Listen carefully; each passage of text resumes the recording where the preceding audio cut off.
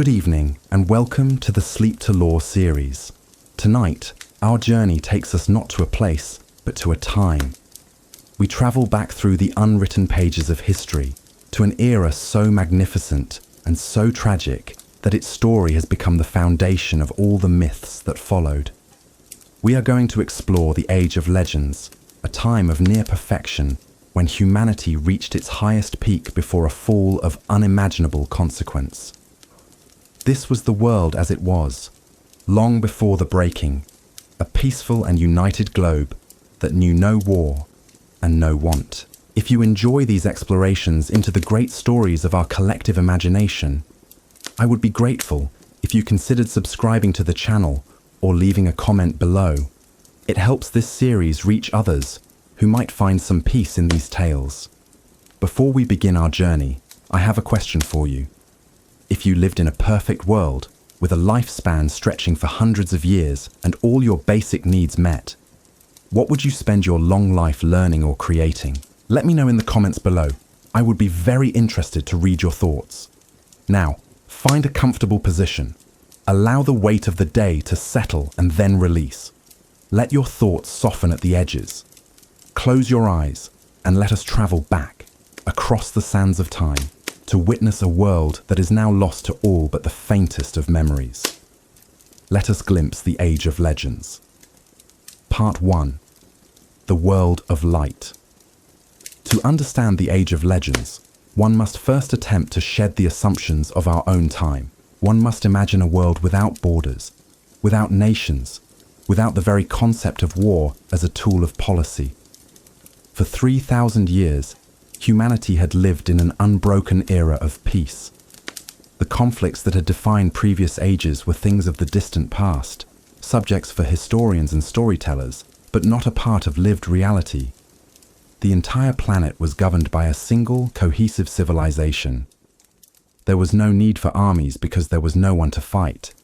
There was no need for wars because there was no one to keep out. Society was structured around a principle of service.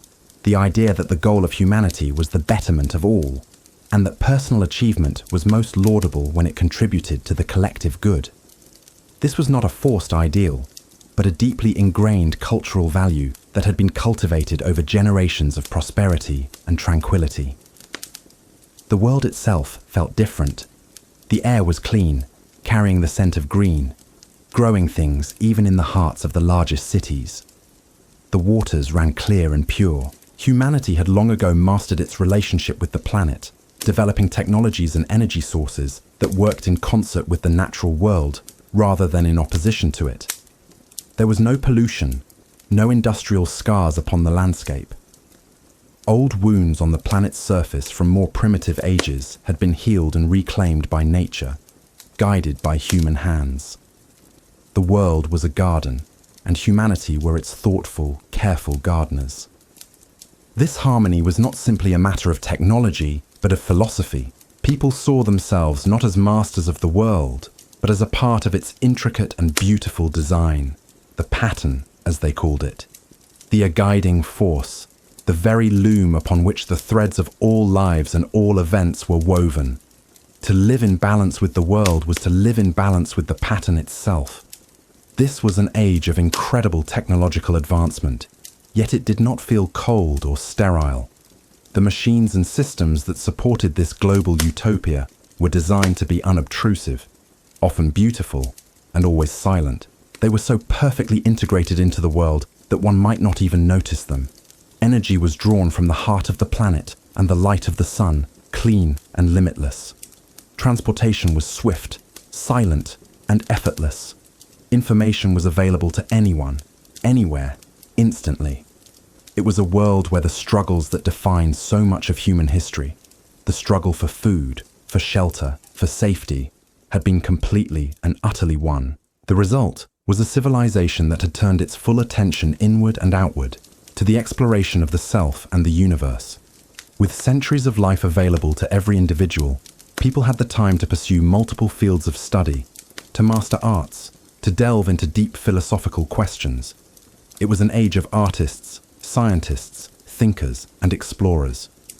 The human potential, freed from the chains of survival, was allowed to blossom in breathtaking fashion. This was the state of the world when our story begins. A world of light, of peace, and of boundless optimism. It was a world that believed it had solved all the great problems and was on the brink of answering the last great questions of existence. They were brilliant, they were powerful, and they were perhaps a little too proud. They could not imagine that their perfect world, so carefully constructed over millennia, could ever truly end. But the wheel of time turns, and ages come and pass, leaving memories that become legend. And this golden age, for all its glory, was destined to become the greatest and most tragic legend of them all. Its perfection was the very thing that would seed its own destruction, a lesson woven into the pattern itself, a reminder that even the brightest light must cast a shadow. The cities of this age were themselves works of art, testaments to a level of architectural and aesthetic achievement that has never been seen since.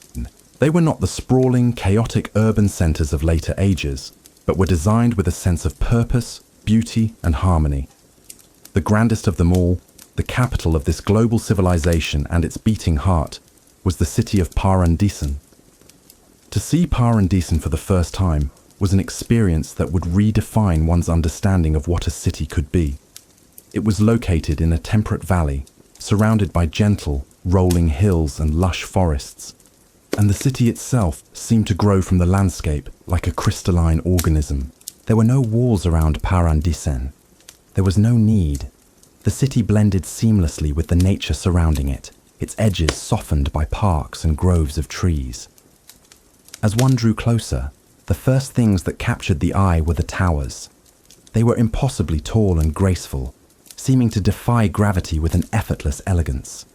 They were not made of common stone or steel, but of materials that seemed to capture and play with the light, shimmering with iridescent colors, like a hummingbird's wing or the inside of a seashell. Some towers were pure white, gleaming in the sun, while others were as clear as glass, allowing one to see the sky and clouds through the very structure of the building.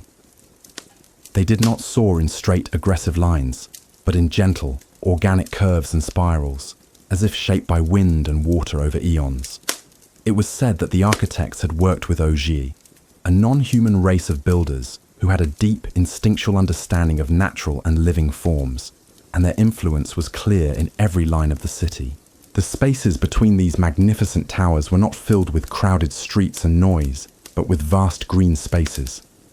Parks larger than some later cities flowed through Paradisen, with ancient trees, carefully tended gardens, and serene pools of water.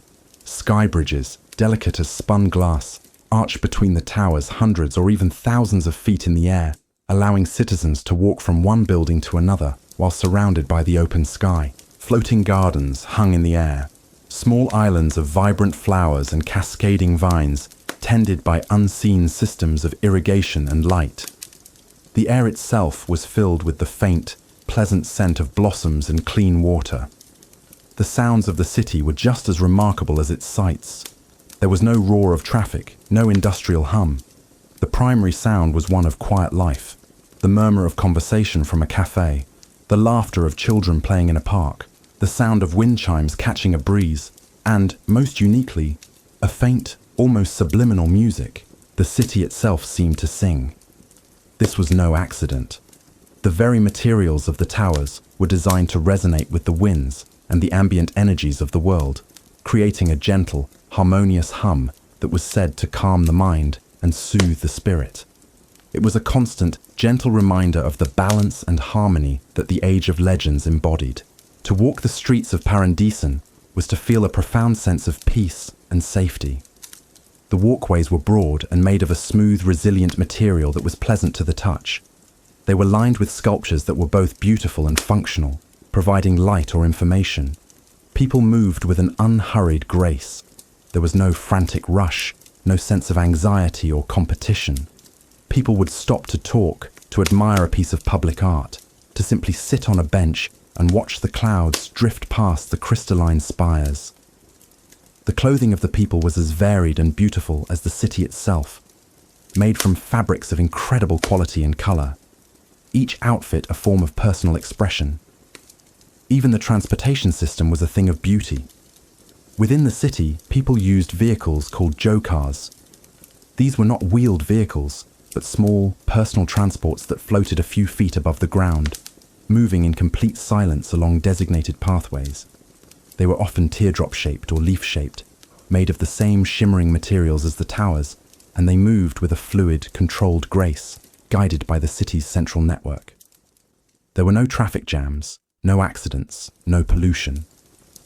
Getting from one part of the magnificent city to another was as simple as stating your destination and enjoying the quiet, peaceful journey. The buildings themselves were as wondrous inside as they were outside. Homes were not uniform blocks, but were designed to be open and filled with natural light, often with one or more walls that could become transparent to offer breathtaking views of the city and the sky. Public spaces, like libraries and concert halls, were vast and inspiring, with acoustics so perfect that a single whispered word could be heard clearly from any seat. The seats of government and learning were not imposing fortresses, but open, welcoming structures designed to foster collaboration and creativity. Paradisen was more than just a place to live. It was a statement. It was the physical manifestation of the age's philosophy, a perfect fusion of nature, technology, and art designed to elevate the human spirit and create a true paradise on earth. It was a city built on the belief that life should not just be lived, but celebrated in all its potential for beauty and wonder. The foundation of this utopian society, the tool that enabled the construction of its wondrous cities and the maintenance of its perfect harmony, was the one power. It was a force that flowed from the true source, the driving force of creation, the power that turned the wheel of time itself. The true source was divided into two halves, two distinct yet complementary forces that worked in unison. There was Saidin, the male half, and Saida, the female half. They were different in nature and feel. Saidin was often described as a raging, untamable river of fire and earth, a torrent that had to be fought and mastered, a constant battle for control. Saida, in contrast, was described as a vast, deep, serene ocean of water and air, a force that one did not seize, but rather surrendered to, guiding its immense currents.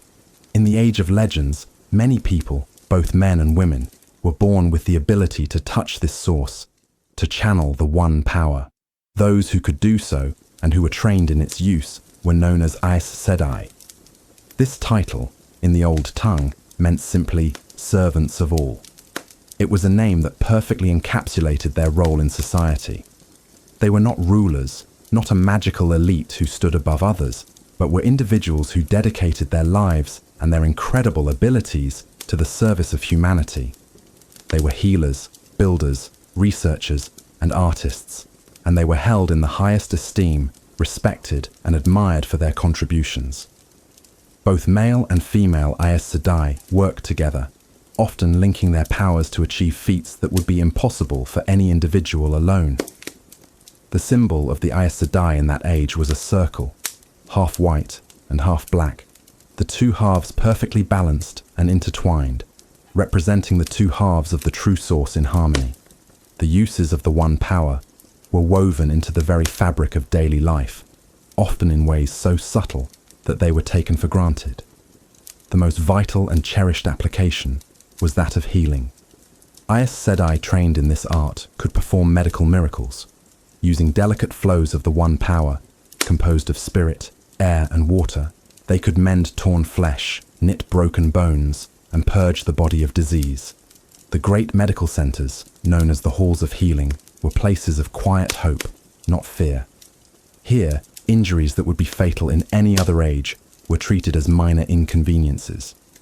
The ravages of illness and the pain of physical trauma were things of the past. This mastery over the body's health was one of the key reasons for the extended lifespans of the era. People did not suffer from the slow decay of age-related ailments. They lived long, healthy, and vigorous lives, a gift given to them by the skilled hands of the Aes Sedai. Another crucial use of the power was in agriculture. Certain Aes Sedai had a special talent known as singing. They could channel the power into the land, using flows of earth and water to enhance the soil, encourage growth, and protect crops from blight and pests. They would not command the land, but would work with it, feeling its needs and providing the energy and nutrients it required. This resulted in harvests of unimaginable bounty. Famine was a forgotten word. The world produced more than enough food for everyone, and the food itself was healthier and more vibrant. This practice freed the vast majority of the population from the need to perform agricultural labor, allowing them to pursue other callings. And then there was the use of the power in creation. The great cities like Paradisen could not have been built without it. Aes Sedai worked alongside Ogier and human architects, using massive flows of earth and air to lift and place colossal foundational stones, to shape crystalline structures, and to fuse materials with a precision that no machine could match. They created objects of power known as Terra Angreal, which could perform specific functions. Some might create light, others could purify water, and still others could create music or facilitate communication over vast distances. These were not seen as magical trinkets, but as sophisticated tools, the products of advanced science and artistry. The most powerful of these objects were Angreal and Sa Angreal, which allowed an Aes Sedai to channel a far greater amount of the One power than they could safely handle on their own. These were rare and were used for the most monumental of tasks, like global weather management or large-scale construction projects. The One power was also a tool for art. Weavers of the power could create intricate, moving tapestries of pure light and sound, illusions so real they could transport a viewer to another place or time. Sculptors could shape stone as if it were soft clay, and musicians could enhance their instruments with flows of air to create melodies of transcendent beauty. The power was a medium, an extension of human creativity, allowing for forms of expression that were as profound as they were beautiful. This integration of the One power into all aspects of life was a defining feature of the Age of Legends. It was not a secret, guarded art, but a shared resource, a blessing that uplifted all of humanity. It was the engine of their utopia, the source of their health, their prosperity, and their art, wielded not for conquest or personal gain, but for the common good, by the dedicated servants of all. The culmination of this peace, technology, and power was a quality of life that was serene and deeply fulfilling. For the average citizen in the Age of Legends, life was not a struggle, but an exploration, with lifespans that could naturally extend to 300 or 400 years, and with the aid of Aes Sedai healing prolonging that even further, time itself had a different meaning. It was not a scarce resource to be jealously guarded, but a vast ocean to be navigated. The pressure to choose a single path in life, a single career, was gone. A person could spend 50 years as a biologist, then dedicate the next century to mastering a musical instrument, and then another 50 years to studying philosophy, and still have a long life ahead of them. This abundance of time fundamentally changed the nature of society. Education was a lifelong pursuit, not something confined to one's youth. The great centers of learning were open to all, and people moved in and out of them throughout their lives, constantly acquiring new skills and knowledge. The primary motivation for work was not money, as basic needs were provided for all, but passion and a desire to contribute. A person chose a field of work because they found it fascinating, because they were good at it, and because it brought them a sense of purpose. This led to an explosion of creativity and innovation in every field imaginable. The concept of crime was almost non-existent. When every person has what they need, and their society values service and cooperation, the motivations for theft or violence largely disappear. The few instances of antisocial behavior or mental distress were treated as medical issues, not criminal ones. Individuals who were struggling would be given help and counseling, often with the gentle aid of Aes Sedai, who could soothe troubled minds. The pervasive sense of safety was absolute. A person could walk anywhere in the world, at any time of day or night, without a single thought of fear. Children could play freely without supervision. knowing that the entire community was their guardian. Travel was a common and beloved pastime. With a unified global culture, there were no passports, no visas, no restrictions. The entire planet was an open home to be explored. For long distances, people used a form of transport called a show wing. These were not like the aircraft of later ages. They were sleek, silent, and incredibly graceful flying vehicles. They moved without any visible means of propulsion, gliding on currents of the One Power or some other advanced energy source. They could cross an ocean in a matter of hours, and the journey itself was an experience of beauty and tranquility. For those with the highest level of ability, the Aes Sedai, travel could be instantaneous. A skill known as traveling involved opening a gateway from one point in the world to another. By folding the physical space, an Aes Sedai could step from a mountaintop in one hemisphere and emerge a moment later in a city on the opposite side of the planet. This ability was vital for the Aes Sedai, allowing them to respond to needs anywhere in the world immediately, whether it was a medical emergency, a construction project, or a scientific expedition. Leisure time was spent in a variety of ways.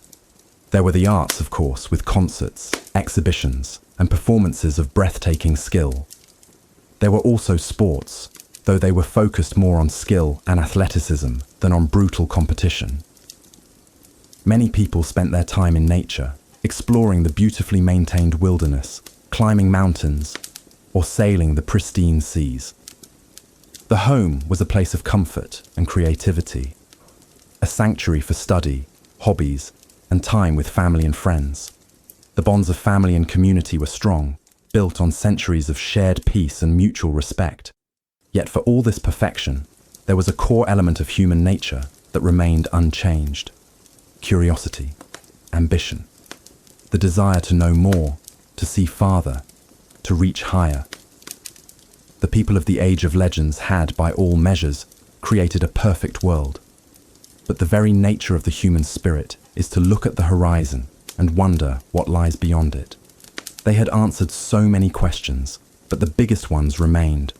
What was the ultimate nature of the universe? What was humanity's final purpose? They had mastered their world and the One Power as they knew it. It was this restless, noble, and ultimately fateful ambition that led the greatest minds of the age to look for something new.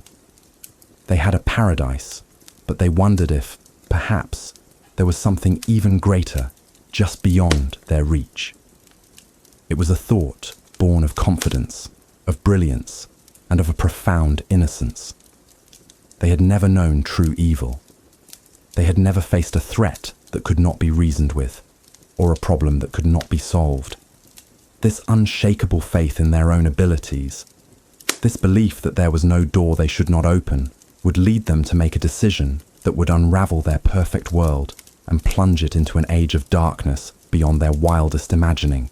The world of light stood at the peak of its glory, unaware that it was about to cast a long and terrible shadow. Part 2. The Whispers in the Dark.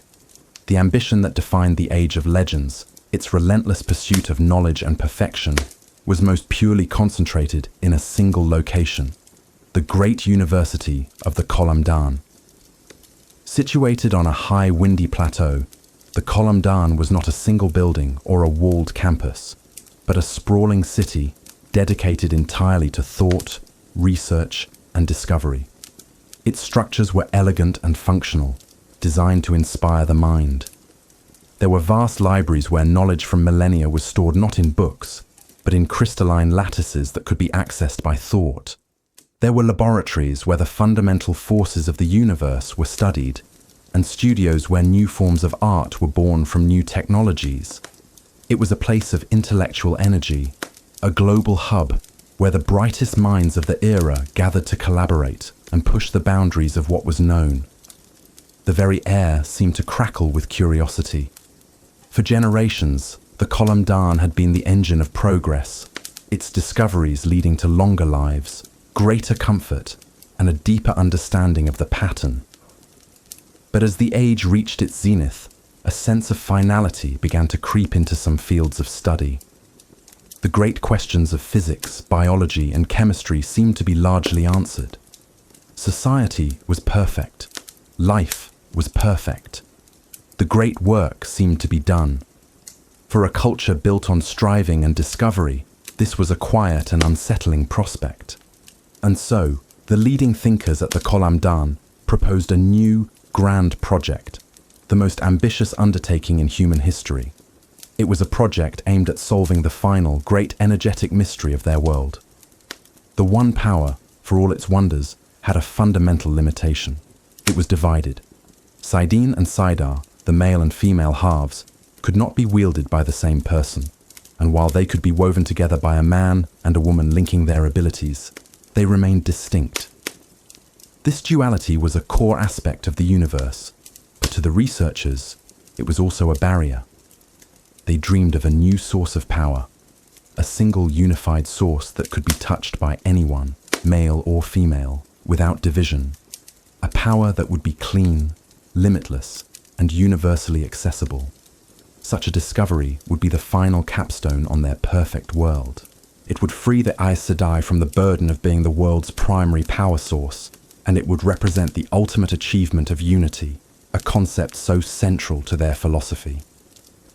The project was approved by the Global Council with great enthusiasm.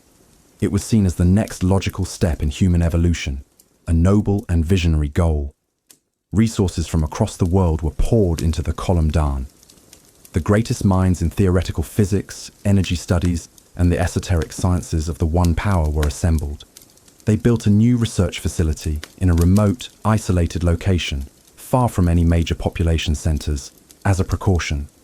At its center was a massive apparatus, a complex array of lenses and energy conduits designed to drill into the very fabric of the universe.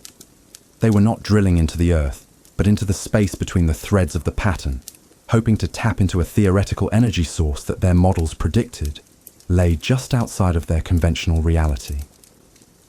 The project was led by a team of the most brilliant Aes Sedai of the age, individuals whose command of the One Power was matched only by their intellect. Among them, one star shone brightest, a woman of legendary genius and towering ambition. Her name was Mierin Eronail. Mierin was considered by many to be the most brilliant mind of her generation. She possessed an intuitive understanding of the One Power and the fundamental laws of the universe that left her peers in awe. She was driven, charismatic, and utterly convinced of the righteousness of her work. She saw the project not just as a scientific endeavor, but as her personal destiny, the achievement that would etch her name into history for all time. There were some who cautioned against the project. They argued that there were forces in the universe that were not meant to be tampered with, that the division between Saidin and Saidar was a natural and necessary balance, not a flaw to be corrected. But these voices were in the minority. They were dismissed as overly cautious, as Luddites who lacked the vision to see the glorious future that was within reach. The overwhelming tide of opinion was with Mierin and her team. Progress was the creed of the age, and this was the ultimate expression of that creed. The work continued for years. The team refined their theories, calibrated their instruments, and prepared for the final experiment. The mood was one of supreme confidence. They were the masters of their world, the inheritors of 3,000 years of peace and knowledge. They believed there was no problem they could not solve, no door they could not open. They were standing on the precipice of their greatest triumph, ready to bestow upon the world a gift of unimaginable worth. They had no way of knowing that they were not about to open a door to a brighter future, but a cage that had been sealed for an eternity. They were about to drill into the prison of an entity that existed outside of time, outside of the pattern, a being of pure malice and entropy whose very existence was a negation of all that they held dear. They called their goal the universal power source. Its true name was the Dark One. The day of the final experiment dawned clear and bright. At the remote research station, the mood was electric with anticipation. Mierin Eronail stood at the center of the control room, her focus absolute as she directed the final preparations. Her team, a collection of the most powerful male and female Aes Sedai, stood at their stations, ready to channel immense flows of the One Power into the central apparatus. The device itself was a marvel of engineering, a massive sphere of interlocking rings and crystalline lenses known as the Sharam, all aimed at a single, infinitesimal point in space. The plan was to create a microscopic puncture in the fabric of reality, just for a moment, to tap the theorized energy source beyond. As the experiment began, the air in the facility grew thick with power. A deep, resonant hum filled the complex as the Sharam began to glow, first with a soft white light, then with an intensity that was blinding. The Aes Sedai began to channel, weaving together massive streams of Sidon and Sidar, pouring a river of the One Power into the device. The hum grew into a roar. The light became a miniature sun, and the very structure of the building seemed to vibrate in sympathy. Mirren watched her instruments, her expression a mixture of intense concentration and triumphant expectation. The energy levels were approaching the critical point. Everything was proceeding exactly as their models had predicted. Then, at the peak of the energy surge, the moment the puncture was made, something went profoundly wrong. It was not an explosion. There was no catastrophic failure of equipment. It was far stranger and far more terrifying. For a single eternal second, all the sound in the facility vanished. The roar of the Sharam, the hum of the systems, the very sound of their own breathing was gone. A perfect, unnatural silence fell. The blinding light from the device collapsed into a point of absolute blackness, a darkness so complete it seemed to drink the light from the room. And from that point of blackness, a feeling washed over everyone present. It was not a physical force, but a psychic one. It was a feeling of infinite, chilling cold, a feeling of an immense, ancient, and utterly malevolent consciousness suddenly aware of them. It was the feeling of a predator that had been sleeping for eons and had just been prodded awake. The moment passed. Sound rushed back in, the black point vanished, and the Sharam powered down with a series of jarring clangs. The researchers stumbled back from their consoles, pale and shaken. Some were physically ill. They all had felt it. The contact, the touch of something profoundly, cosmically wrong. The instruments had recorded a surge of energy, but it was of a type they had never seen before. A strange, corrupting energy that seemed to decay and twist everything it touched. They had not tapped into a clean, universal power source. They had bored a hole, a bore, as it would come to be known, directly into the prison of the Dark One. They had not opened a new source of energy for humanity.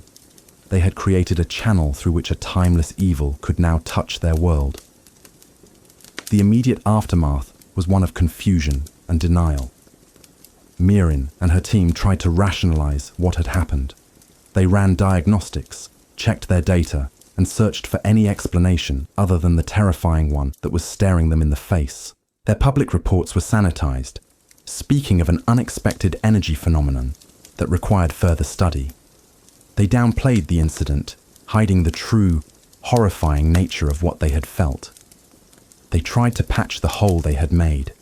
They focused the Sharam again, attempting to seal the microscopic flaw they had created in the pattern. But it was like trying to patch a hole in a dam with a handful of clay. The bore was a wound in the universe itself, and the pressure from the other side was immense. The Dark One's prison was weakened, and his influence now had a pathway, however small, into their world. Mirren, in particular, was torn.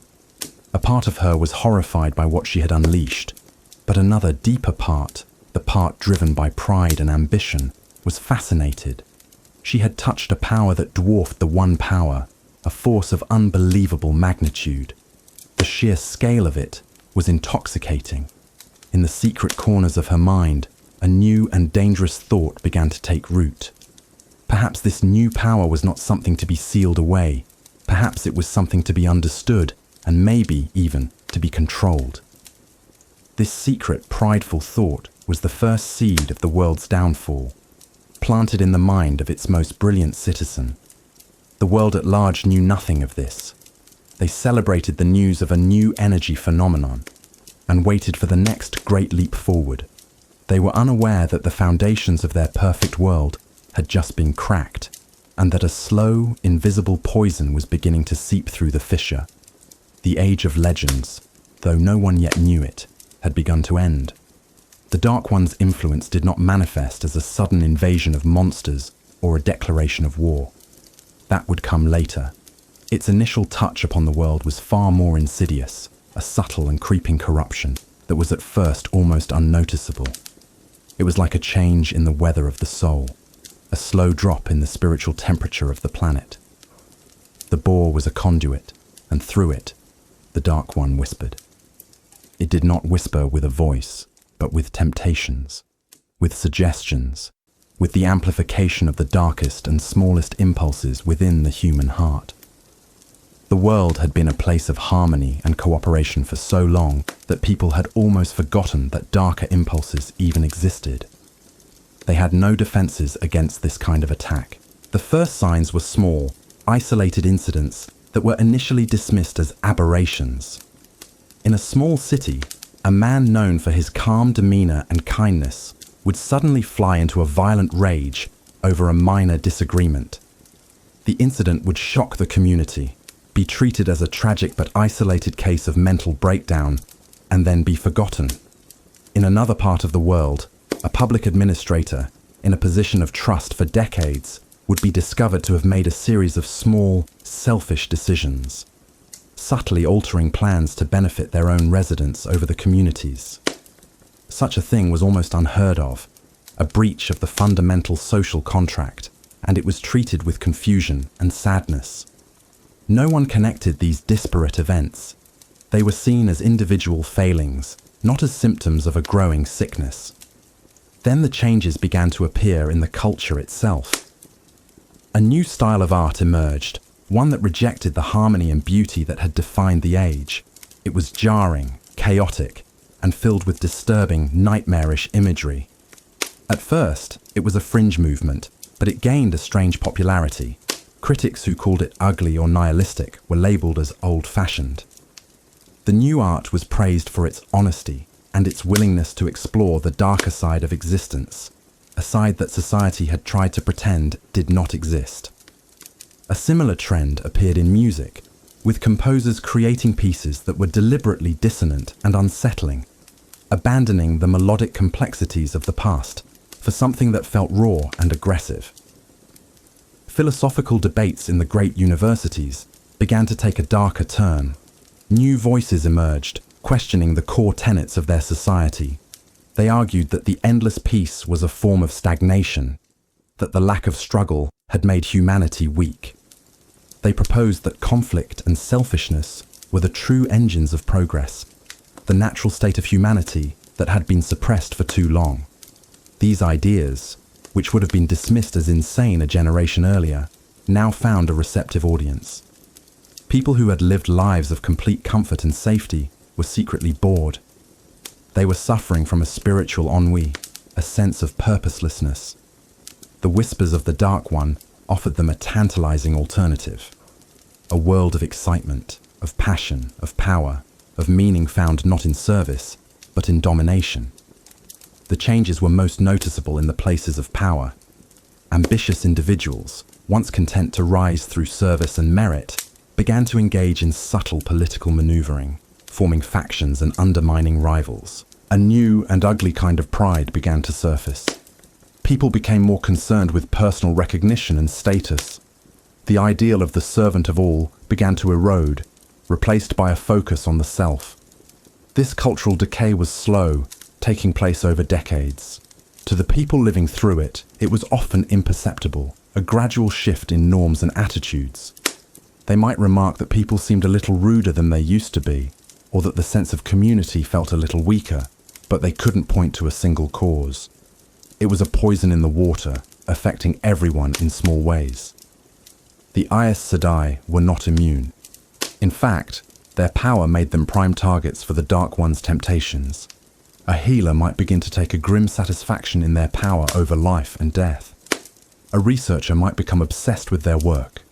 willing to cut ethical corners for a breakthrough that would bring them fame. The perfect harmony between male and female channelers began to fray. Old rivalries and resentments, long buried, began to surface. There was a new sense of competition between the wielders of Sidon and Sidar, a suspicion that had not existed before. This slow corruption was the Dark One's first great victory. Before a single army was raised, before a single city was burned, it had begun to rot the soul of the Age of Legends from within. It preyed on the tiny cracks that exist in any society, no matter how perfect. It exploited pride, ambition, boredom, and fear. It turned the people against each other, not with weapons, but with ideas. By the time the world at large began to realize that they were facing an external threat, their own society was already weakened, divided, and spiritually sick. The whispers from the dark had done their work. The world of light was now filled with shadows of its own making, and some of its greatest citizens were beginning to listen to those whispers, not with fear, but with interest, ready to embrace the darkness that was calling their name. As the spiritual malaise deepened across the globe, the Dark One's whispers grew more targeted, seeking out not just the flawed and the weak, but the brilliant and the powerful. It sought to turn the greatest pillars of society into its most fearsome weapons. The most powerful and influential individuals, those with the strongest wills and the grandest ambitions, were the ones who could hear the whispers most clearly. For most, the contact was horrifying, a brush with an evil that they immediately recoiled from. But for a select few, the promises offered by the darkness resonated with their own hidden desires, their secret philosophies, or their deepest resentments. These were the first to fall, the first to willingly pledge their souls to the shadow. They would become known to history as the Forsaken. Perhaps the most tragic and terrifying of these was a man named Elan Morin Tedranai. He was not a warrior or a politician. He was a philosopher, widely considered the most profound thinker of the age. His intellect was unmatched, and he had dedicated his long life to grappling with the ultimate questions of existence, reality, and the nature of the wheel of time. He was a brilliant and respected Aes Sedai, a master of the true source, but his true passion was logic and philosophy. For centuries, he had studied the pattern, the endless cycle of ages, the rebirth of souls, and he had come to a grim and despairing conclusion. He saw the wheel not as a beautiful tapestry, but as a prison. He believed that the endless cycle of birth, life, death, and rebirth was a meaningless torment.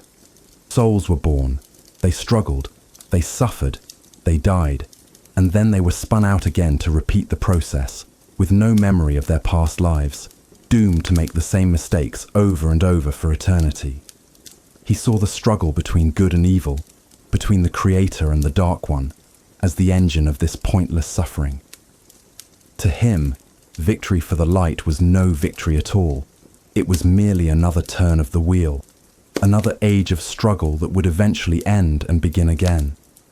He came to believe that the only true escape, the only true peace, was the cessation of existence itself. Oblivion. The end of the pattern, the breaking of the wheel. It was a philosophy of pure nihilism, born from a brilliant mind that had looked too deeply into the abyss. When the whispers of the Dark One first touched his mind, Elan Morin did not recoil in horror. Instead, he found a chilling resonance. The Dark One was the force of entropy, the power that sought to unmake creation. In the Dark One's ultimate goal, Elan Morin saw the only logical answer to his philosophical dilemma. He went to the boar, not to fight, but to offer his service. He pledged himself to the shadow, not for personal power or riches, but to achieve his goal of universal oblivion. He was given a new name, Ishmael, which in the old tongue meant betrayer of hope. He would become the shadow's greatest general and its most devoted strategist, a man fighting to bring about the end of all things. The second great soul to be snared by the shadow was the very person who had opened the door, Mierin Eronail. After the incident at the Sharom, she had become obsessed. The brief contact with that immense alien power had rewired her ambition. The one power, which she had once seen as the ultimate tool, now felt limited and small by comparison. She was also deeply connected to Luz Therin Telamon, the most celebrated and powerful Aes Sedai of the era. She had loved him, but he had chosen another.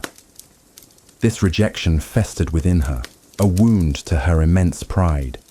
She felt she was his equal in every way, yet she had been spurned. The whispers of the Dark One played upon these feelings masterfully. They promised her power beyond anything Luz Therin could imagine. They promised her a world where her genius would be recognized, where she would be revered as a queen, a goddess. They promised her immortality, not the extended life of an Aes Sedai, but true, eternal life. And they promised her Luz Therin himself, a world where he would finally see her greatness and belong to her. Driven by her wounded pride and her insatiable thirst for power and recognition, Mirren made her choice. She returned to the site of the boar alone and, like Ishmael, she pledged her allegiance to the darkness. She surrendered her soul in exchange for a measure of the Dark One's power. She was reborn as Lanfear, the daughter of the night. She would become one of the most powerful and feared of the Forsaken, a being of breathtaking beauty and utter ruthlessness, forever obsessed with the man she could not have and the power she could not live without. Ishmael and Lanfear were but the first. One by one, others followed. There was a brilliant biologist who had dedicated his life to creating new life forms, whose fascination with creation curdled into a desire to twist and corrupt life, to make monstrous parodies of the pattern's designs. He would become Aginor, the creator of the Trollocs and the other shadow spawn. There was a renowned administrator, a man famed for his love of order and control, whose desire for perfection became a tyrannical obsession. He would become Demandred, a master of armies and empires, driven by a bitter jealousy of Luz Therin Telamon's fame. A gifted healer, whose fear of death and decay led her to embrace the shadow's promise of eternal youth, became Messaana. A charismatic leader who craved the adoration of the masses found that the shadow offered a quicker path to worship than service did, becoming Grandal.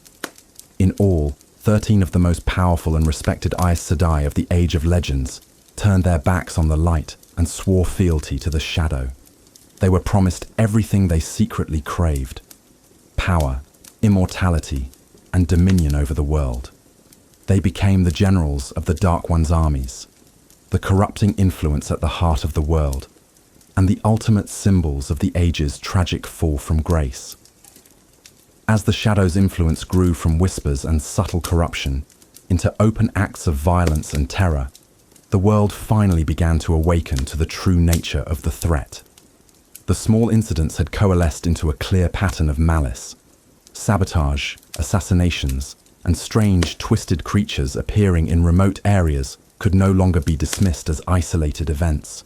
Society, which had not known conflict for 3 millennia, was forced to confront an enemy that was not interested in negotiation or compromise, an enemy whose stated goal was the utter subjugation and eventual destruction of their world. The global government, the Hall of Servants, was paralyzed. It was a body designed for peacetime administration, not for waging a war against a cosmic evil and its newly converted followers, which included some of their own most powerful colleagues. The world needed a leader, not a politician or an administrator, but a general. It needed a symbol of hope and strength to rally against the encroaching darkness. All eyes turned to one man, Luz Therin Telamon. Even before the crisis, Luz Therin was a figure of legend. He was widely considered to be the most powerful and skilled channeler of the age, a man whose strength in the One Power was matched by his integrity and his unwavering dedication to the light. He was charismatic, a natural leader, and a brilliant strategist. He had been a voice of caution during the initial phases of the Universal Power Source project, not out of fear, but out of a deep respect for the fundamental balances of the universe. Now, his warnings seemed prophetic. Luz Therin did not seek power. In fact, he was reluctant to accept the mantle of leadership. The thought of leading the world into war, of sending people to their deaths, was abhorrent to him. His entire life had been dedicated to creation and service, and he was now being asked to become a force of destruction. But he also saw the necessity. He saw the darkness spreading, he saw the fear in people's eyes, and he saw the treachery of his former colleagues like Ishmael and Lanfair. He knew that if someone did not stand up and lead the fight, their entire world, their beautiful, perfect world, would be consumed. With a heavy heart, he accepted the charge given to him by the Hall of Servants. He was granted unprecedented authority to marshal the world's resources for war. He began the grim task of organizing the loyal Aes Sedai and the general populace into an army, something that had not been done in 100 generations. He had to teach a peaceful people how to fight, how to kill, and how to face the horrors that the shadow was beginning to unleash. It was a tragic and brutal education. In a formal ceremony, broadcast to the entire world, he was given an ancient title, a title from the myths of a previous age, reserved for a great leader who would fight for the light in the last battle. They named him the Dragon. The name was meant to be a symbol of hope, a banner for the free people of the world to rally to. Luz Theron Telamon, the Dragon, stood as the world's champion, the commander of the forces of light, preparing to face his old friends and colleagues across a battlefield that would be the world itself. The age of peace was officially over. The war of power had begun. The whispers had given way to the roar of battle, and the world of light descended into a long, terrible twilight. Part 3. The Breaking of the World. The war of power was not a war in any sense that previous ages would have understood. It was a conflict that shattered the very definition of the word. For 3,000 years, humanity had known peace. The skills of soldiering, the science of logistics, the art of strategy, these were things confined to historical archives. Society had no armies, no generals, no weapons beyond tools that could be turned to violent ends. Their first encounters with the forces of the shadow were not battles. They were massacres. The enemy they faced was not a rival nation with similar soldiers and goals. It was a tide of absolute horror, a force that seemed to spring from the darkest nightmares of the human soul. The psychological shock was as devastating as any physical weapon. People who had lived their entire lives in safety and serenity were suddenly confronted with violence and malice on a scale they could not comprehend. The primary shock troops of the shadow were the Trollocs. These were not simply beasts or soldiers, but a profound violation of the natural order. They were the masterwork of the forsaken Agenor, a twisted fusion of human and animal stock, created in vile pits through a horrific process using the One Power. A single Trolloc was a terrifying sight. It might have the body of a massively muscled man, but with the head of a boar, tusks dripping, or the snarling face of a wolf, or the cruel, hooked beak of an eagle. They stood 8 or 9 feet tall, armed with crude, heavy blades, and they fought with a berserker's rage. They were not brave, but they were driven by a ravenous hunger and a deep, instinctual fear of their commanders. They came in vast hordes, a seemingly endless tide of snarling, stinking flesh that overwhelmed the early, disorganized attempts at defense. For the first soldiers of the light, who had never before seen bloodshed, the sight of a friend being torn apart by a creature with a goat's head and a man's hands was a mind-breaking horror. Commanding the Trolloc hordes were the Myrddraal. If the Trollocs were a violation of nature, the Myrddraal were a violation of reality itself. They were born from the same corrupted human stock, but they were a throwback, a more stable and far more sinister creation. They looked vaguely human, tall and thin, with dead white skin that absorbed the light and pale, lank hair. But their faces were the true source of their terror. They had no eyes. Where eyes should be was only a smooth, blank expanse of skin. Yet they could see, not as humans do, but in a way that was far more unnerving. They moved with an impossible, serpentine grace, and they did not seem to be fully present in the physical world. A Myrddraal could step into a shadow in one place and emerge from another 50 feet away. They wore black armor that seemed to shift and writhe, and their cloaks did not stir in any wind. But their most potent weapon was the fear they projected. To meet the eyeless stare of a murderal was to feel a wave of pure, paralyzing terror, a primal dread that could make the most disciplined soldier drop their weapon and flee. They were the perfect officers for the Trolloc hordes, driving them into battle with whips and inhuman shrieks, their own chilling presence preventing the cowardly Trollocs from breaking formation. The war was fought on every front imaginable.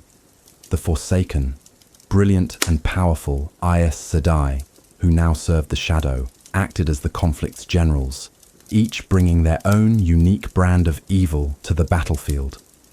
Demandred, fueled by a bottomless well of jealousy for Luz Therin Telamon, was a master of grand strategy, commanding armies with a terrifying and brutal efficiency. Samael, another rival of the dragon, preferred overwhelming force, using the one power to level cities and incinerate armies. Lanfair, ever the manipulator, rarely engaged in open battle. She preferred to work from the shadows, infiltrating dreams, spreading lies and paranoia, and turning allies against one another with seductive promises of power. And then there was Ishamael, the betrayer of hope. He was the chief strategist of the Shadow, and he waged a war not just on the bodies of his enemies, but on their souls. He would appear in the dreams of generals of the light, arguing his nihilistic philosophy, trying to convince them that their struggle was pointless, that the only logical end was to surrender to the coming oblivion. Against this onslaught, Luz Therin Telamon, the dragon, had to build an army from nothing. He and the loyal Aes Sedai had to rediscover the forgotten art of war. They learned to weave the one power into weapons. Flows of air could become shields, harder than any steel. Gouts of fire could incinerate ranks of Trollocs. The earth itself could be made to rise up and swallow the enemy. But every time they used the power to kill, a part of them died inside. The one power was the force of creation, the power of life. To twist it into a tool of destruction was a profound spiritual violation, and the Aes Sedai who fought on the front lines suffered deep psychological scars. The war was not just fought on battlefields, but within their own hearts. The conflict raged for years, then decades. The initial shock wore off, replaced by a grim, weary resolve. A generation was born and raised knowing nothing but war. The beautiful, wondrous cities of the age became fortresses. Parks and gardens were turned into staging grounds for soldiers.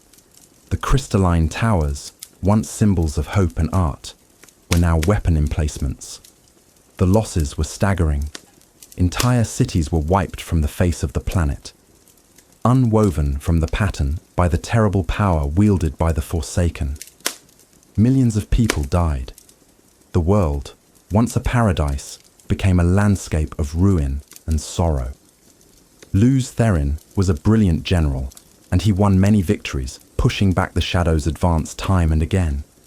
But he was playing a game he could not win. The forces of the Shadow were endless. For every horde of Trollocs he destroyed, Agenor could breed 10 more in his foul pits. But every human soldier who fell was a unique and irreplaceable loss. It was a war of attrition, and humanity was losing. Luz Therin came to a terrible realization. The war could not be won by conventional means. As long as the Dark One could touch the world through the bore, the Shadow would have a limitless source of power and reinforcement. The only way to win was not to defeat the armies, but to cut off the source. He began to form a desperate, impossibly dangerous plan. Luz Therin Telamon's plan was as simple in its concept as it was audacious in its execution. He proposed to lead a strike team of the most powerful channelers directly to Shaiol Ghul, the physical location of the bore, and use the one power to seal it shut, effectively patching the wound in the pattern and cutting the Dark One off from the world. It was a plan born of desperation. He knew that even if they succeeded, the chances of survival were almost zero. Shaiol Ghul was the heart of the Dark One's power on Earth, a fortress of unimaginable evil. but he saw it as the only path to victory, the only way to save what was left of their world from a slow, grinding annihilation. He presented his plan to the Hall of the Servants, the Global Council of Aes Sedai. He argued that the risks of inaction were far greater than the risks of his plan. To continue the war as it was being fought was to guarantee eventual defeat. His proposal was met with fierce opposition, and it created a schism that split the Aes Sedai in two. The leader of the opposition was a powerful and respected female Aes Sedai named Latra Posae de Cume. She and many of the other female channelers were horrified by the plan. They saw it as a reckless gamble, a stroke of arrogant madness. Their objections were numerous and logical. First, the plan relied entirely on male channelers. Luz Therin argued that the chaotic and violent nature of Sidon was better suited for a direct, brutal assault, while the more controlled nature of Sidar would be needed to maintain the defenses of the world while the strike team was away. Latra Posae saw this as a fatal flaw. The two halves of the power were meant to work in concert. To attempt a feat of this magnitude using only one half was to invite disaster. She argued that the energies involved would be unbalanced and unpredictable. Second, she and her followers argued that no one truly knew what would happen if they tried to seal the bore. They were tampering with the fundamental fabric of the universe. The consequences of failure were obvious. The Dark One could break free entirely. But even the consequences of success were unknown. What would happen when that much raw power was focused on the thinnest point of the pattern? What would the Dark One's counterstroke be at the moment of his resealing? They argued for a more cautious approach, a plan that used both male and female channelers to create a shield around the bore, containing the influence rather than trying to patch the source. It would be a longer, more difficult solution, but they believed it was a safer one. The debate was fierce and bitter. It was not just a strategic disagreement, it became a conflict of philosophies, and it tragically devolved into a battle of the sexes, with the male Aes Sedai largely siding with Luz Therin and the female Aes Sedai with Latra Posae. The unity that had defined their order for millennia was shattered. In the end, Luz Therin, as the supreme commander of the military forces, had the authority to proceed. The Hall of Servants could not stop him. Latra Posae and the female Aes Sedai, who supported her, refused to participate in what they saw as a suicide mission that would doom them all. They would not aid his plan, and this refusal would be remembered with bitterness for ages to come. Undeterred, Luz Therin gathered his forces. He chose a group of his most trusted companions, the strongest male channelers who remained loyal to him. There were just over 100 of them, and they came to be known as the 100 Companions. These were men who had fought alongside him for decades, men who had seen the worst horrors of the war and had not broken. They were his friends, his brothers in arms. They understood the stakes, and they knew the likelihood of their own deaths. But their faith in their leader, the dragon, was absolute. They believed in his plan, and they were willing to sacrifice everything to give the world a chance at survival. They made their preparations in secret, knowing that if the Forsaken learned of their plan, they would concentrate all their forces to stop them. A massive offensive was planned for the armies of the light in a different sector, a huge feint designed to draw the attention of the Shadow's main forces away from Shaiol Ghul. While the world watched the feint, Luz Therin and his 100 companions would make their desperate strike. The day of the assault arrived. Luz Therin gathered his companions. There were no grand speeches. There was only a quiet, grim understanding of what they were about to do. They linked their powers, creating a circle of immense strength, and then Luz Therin opened a gateway, traveling directly into the heart of the enemy's territory. They emerged into the blasted, nightmarish landscape that surrounded Shaiol Ghul. The very air here was toxic. The ground was cracked and barren, and the sky overhead was a permanent, sickly storm of black and purple clouds. The mountain itself was a jagged spike of black rock that seemed to drink the light, and at its peak was the bore, a shimmering distortion in the air, a visible wound in reality. A vast army of Trollocs and Murdral guarded the slopes, but they were not prepared for an attack of such speed and power.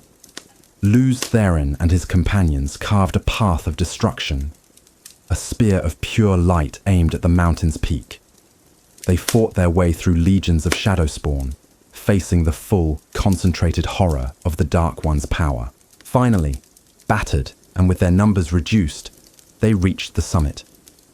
They stood before the boar, before the source of all the world's pain, and prepared to make their final stand. Luz Therin raised his hands and began to weave the most complex and powerful stream of the one power that had ever been attempted, and his companions joined him, pouring all of their strength, all of their will, all of their very life force into the final, desperate act of sealing the boar. At the peak of Shayol Ghul, Luz Therin and the surviving companions stood against an infinite pressure. The boar was not a simple hole. It was a vortex of raw, negative energy, the channel through which the Dark One's consciousness poured into the world. To seal it required a force of equal and opposite measure. Luz Therin orchestrated the weave, a fantastically complex structure of saidin, designed to not just plug the hole, but to create a new, reinforced patch on the pattern. As they poured their power into the weave, they simultaneously drew on the essence of their own souls to forge 7 seals, focal points made of an unbreakable, disc-like material called Quendilar. These 7 seals were to be the anchors of the patch, the locks on the Dark One's new prison. The strain was unimaginable. The men felt as though they were trying to hold back the entire ocean with their bare hands. The Dark One fought back, not with armies, but with direct psychic assaults.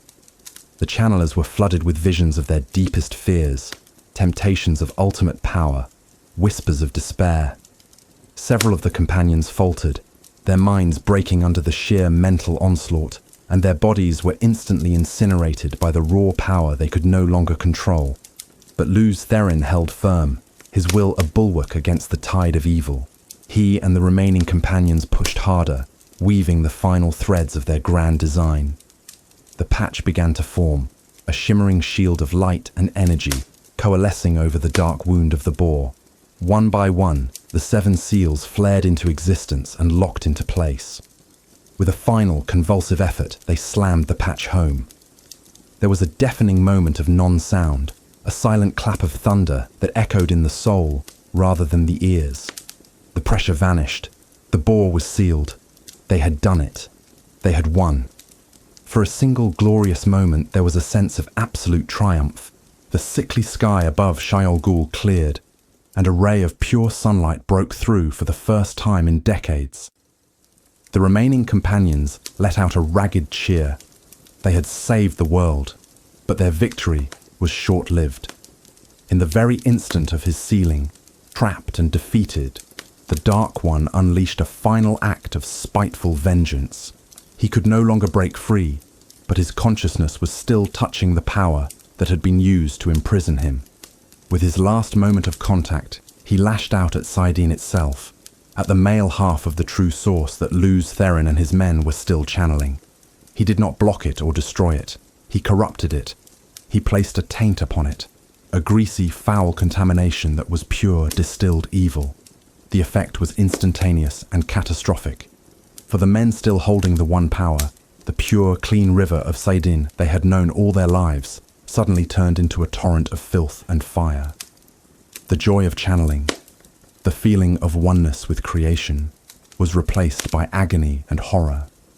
It was like drinking from a pure spring that had suddenly been turned to raw sewage. And with that filth came madness. The taint attacked their minds, scouring away reason and replacing it with paranoia, delusion, and uncontrollable rage. The surviving 100 companions, the greatest heroes of the age, were driven completely and irrevocably insane in a single heartbeat. Their shouts of triumph turned to screams of terror and shrieks of mad laughter. They turned on each other, on the Shadowspawn below, on the very rock of the mountain, lashing out with the full measure of their incredible power, now completely unhinged. The heroes who had just saved the world became its greatest threat, and Luz Therin Telamon, the dragon, the strongest of them all, was the first to fall. The taint hit him the hardest, shattering his mind into 1,000 pieces. The savior of humanity had become a madman, wielding the power of a god, with no reason left to guide him. The centuries that followed this moment are known as the breaking of the world. It was an era of pure, unrelenting chaos, an apocalypse that unfolded not over days, but over generations. The male Aes Sedai, driven mad by the taint on Sidon, were scattered across the globe. Each one was a walking natural disaster, wielding immense power with no sanity to control it. They were trapped in their own personal nightmares, their delusions shaping the world around them in the most horrific ways.